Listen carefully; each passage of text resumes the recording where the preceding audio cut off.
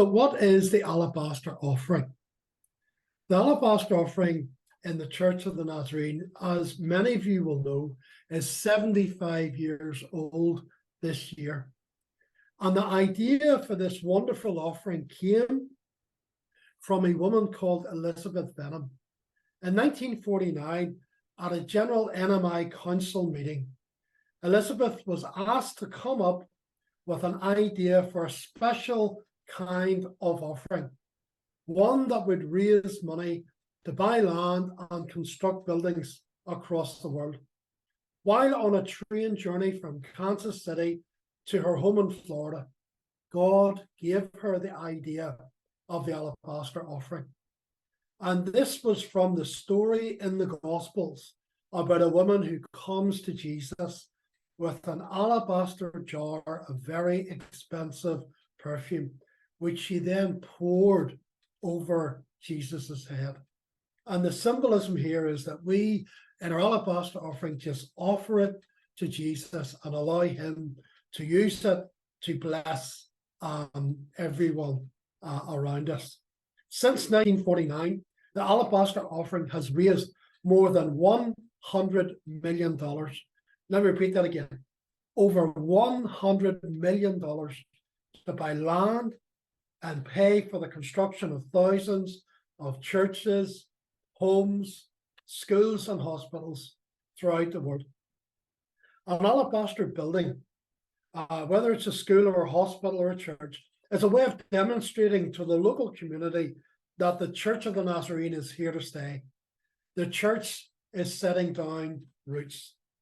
These buildings provide help for the spiritual, social, and physical needs of the local people. Many of you will know about NMI Central. It's already been mentioned today, which is an email newsletter sent out every Wednesday by our church. This newsletter contains information and prayer requests from across the world. And over the last year, once a month, this newsletter has focused on celebrating the 75th anniversary of the Alabaster offering by sharing video links about the work of Alabaster across our world. These video links are a great way of sharing the work of Alabaster in your local church. And on our district, we have 2 months where we especially focus on Alabaster, every February and every September. Please take up an Alabaster offering in your local church and send it to our district NMI president, Jeanette McMillan. If you have Facebook, you might get updates from our Eurasia region. That's already been mentioned today. The Eurasia region Facebook page is really, really outstanding. And do go on to the main Eurasia region webpage. Diane Robbins, who we've heard from today, has recently promoted a Lego Alabaster competition where children in our churches and some adults have been asked to use Lego to promote our Alabaster offering. Please look up the Eurasia region Facebook page for details of that. Now, again, this is a short presentation. So just at the very end here, I'm going to ask Sammy to do this in a second. We're going to watch one of the videos that was put through Nazarene Central.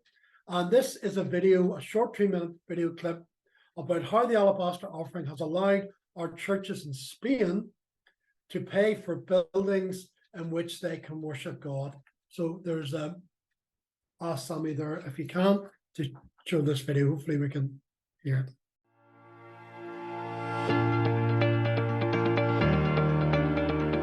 Hi, my name is Diego Lopez, and I'm the District Superintendent for Spanish District, which is a blessing to me because it's the district where I encountered the Church of the Nazarene. In 2003, I went to the Church of the Nazarene in Barcelona, and now I'm District Superintendent of that district. And it's a blessing. There's so much opportunity and so many potential in that district. And we're trying to do things a little different than been done in the past, with a new generation of leaders, and with an education, with evangelism, with discipleship, and with a new generation of young pastors. The makeup of our churches are first-generation immigrants and then have labor workers. They go low-paid jobs, and they really give sacrificially for our buildings and for the ministry of our church. But it's because of the cost of property in Western Europe, it's almost sometimes impossible to reach at the levels that we might need to buy a building. Once we have the building, it's a blessing because we can do so many things there and spring forward our ministry into other things. In Spain, we have had money from Alabaster, funds from Alabaster, and it's been a blessing to us. One of the challenges we have in our churches there is that all our churches are in block of flats, and we have very small buildings at the bottom of the block of flats, and therefore some of the music that we do and some of our preaching, even in buildings where we have very well isolated buildings, bothers the neighbors upstairs. We've been doing ministry there for many years and nothing has happened, and they were great, and then they move out and a new neighbor comes in and they really give us a hard time, and sometimes we have to stop our operations in that building, or we have to move somewhere else because the government really don't like us making our noise, as they call it, for our services.